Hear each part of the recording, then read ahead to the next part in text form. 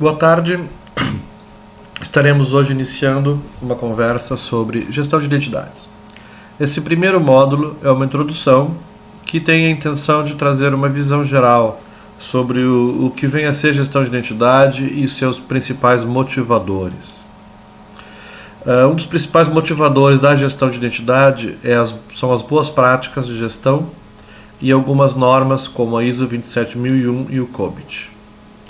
O que tem a ver pirâmides do Egito, ladrão de banco, com segurança e gestão de identidade? Isso é uma história interessante que eu costumo contar em minhas palestras. Que uma vez desabou um prédio em Porto Alegre, em São Paulo, e um aeroporto, em um pedaço do Charles de Gaulle, em Paris, desabou. E o ser humano consegue construir prédios desde o tempo das pirâmides do Egito, mas não consegue evitar que esses prédios desabem, assim como nos modernos aeroportos.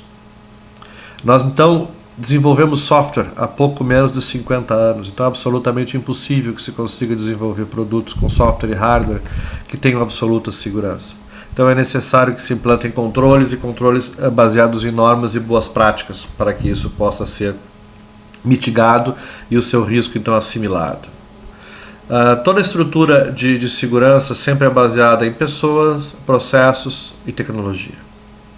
E o ladrão de banco? O ladrão de banco, no século passado, um sujeito chamado Will Shotton foi preso e a profissão dele era assaltante de bancos. Pouco antes de ser enforcado, o xerife questionou: "E aí, seu Will, por que você rouba bancos?" A resposta foi bem simples: porque o dinheiro está lá.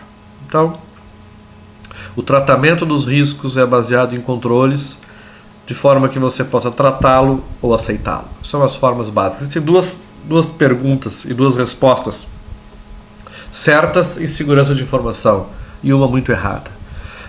A empresa, a organização decidir que aceita o risco, ou seja, não coloca nenhum tostão ou nenhum recurso para mitigar aquele risco, está certo. A organização pode decidir sobre os seus riscos.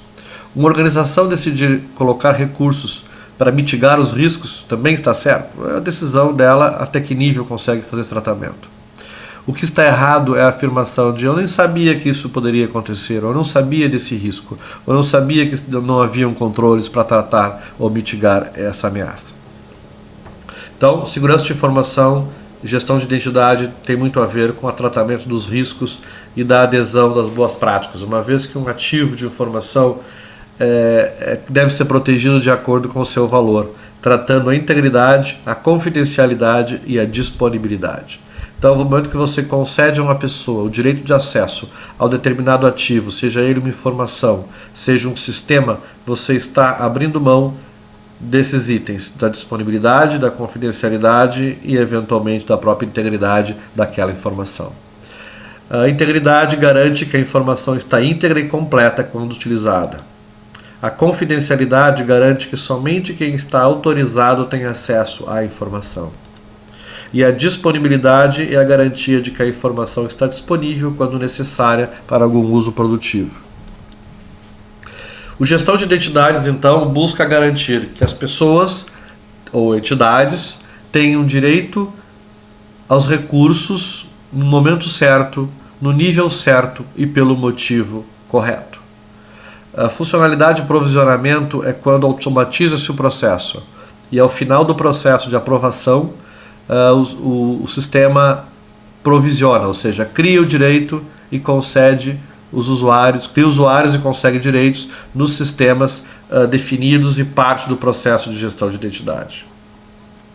Por que se faz, então, gestão de identidade? Por que se coloca recursos para resolver ou para implantar esses processos? Basicamente, a dificuldade de entender e conseguir coletar informações dos direitos dos usuários. Quem tem direito a quê? Aonde estão isso? Como consolidar em um único relatório?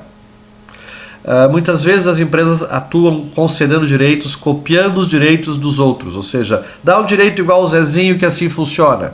Copia os direitos do Pedrinho e passa para uma nova pessoa que ela vai fazer uma função parecida. As funções podem ser parecidas, mas o risco de que você dê direitos a mais do que o necessário e perca o controle e coloque eventualmente um grande valor da empresa, da organização em risco, é muito grande. Então, o controle de gestão de identidade permite um controle mais granular e se saber quem tem direito a quê, quando e por qual motivo. Além de tudo, quem aprovou e quando isso é revisado, ou seja, os processos de concessão, revisão e revogação de direitos. Outros motivadores é quando você precisa criar identificadores em vários sistemas seguindo um padrão, ou seja, para facilitar o controle e reduzir o custo. E processos de aprovação baseados em mecanismos adequados, como planilha, e-mail. Você encontra muitas empresas ainda utilizando sistema de chamados ou sistema de e-mail para solicitação e concessão e aprovação de direitos. E o registro, quando é feito em papel ou então planilha, ou seja, ferramentas que são inadequadas. Quando você utiliza uma ferramenta que não é adequada para a tarefa, você perde tempo e muitas vezes não executa da forma correta. Ou seja, muitas vezes se diz que nunca existe tempo para fazer da forma correta, mas sempre vamos encontrar tempo para refazer tudo. Então, gestão de identidade traz esse benefício. Você faz certo da primeira vez, ou seja, aderência às normas de auditoria e legislação vigente. Garante que o acesso é concedido somente ao usuário autorizado, ou seja, o usuário só recebe o direito de acesso, um username, uma conta e direitos após uma aprovação, seja ela formal, discricionária, feita pelo responsável pelo direito, ou através de uma regra de negócio previamente configurada. Redução de erros e agilidade, ou seja, os direitos são concedidos muito rapidamente. E com menor número de erros cometidos por um mau entendimento ou por um preenchimento inadequado de formulário. Capacidade de gerenciar a complexidade. Os direitos dos usuários nos vários sistemas estão sendo cada vez mais diversos para atender às necessidades de negócio. Gerenciar essa capacidade, gerenciar o agrupamento desses direitos em perfis de negócio de forma mais adequada ao trabalho e conceder isso de forma que você consiga fornecer direitos sem colocar em risco e gerenciar esse processo todo é muito complexo, sem o uso de uma ferramenta. A segurança começa quando se utilizam informações do que se chama de fonte primária. A fonte primária das informações das pessoas é os recursos humanos. Integrando com o RH, o sistema de gestão de identidade lê as informações das pessoas e acompanha a sua movimentação enquanto mantém um vínculo com a organização, seja ele um terceiro, seja ele um usuário. Automatizando as tarefas de cadastro da admissão e descadastro quando da demissão ou final de contrato daquela pessoa.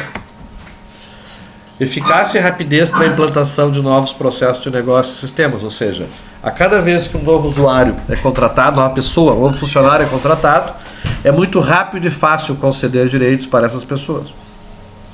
Da mesma forma que quando a empresa adquire novos sistemas ou necessita implantar novos processos, a existência de perfis pré-definidos e um fluxo de aprovação claro e ágil garante ganho de eficiência nos processos, muitas vezes críticos para o bom andamento dos negócios da empresa.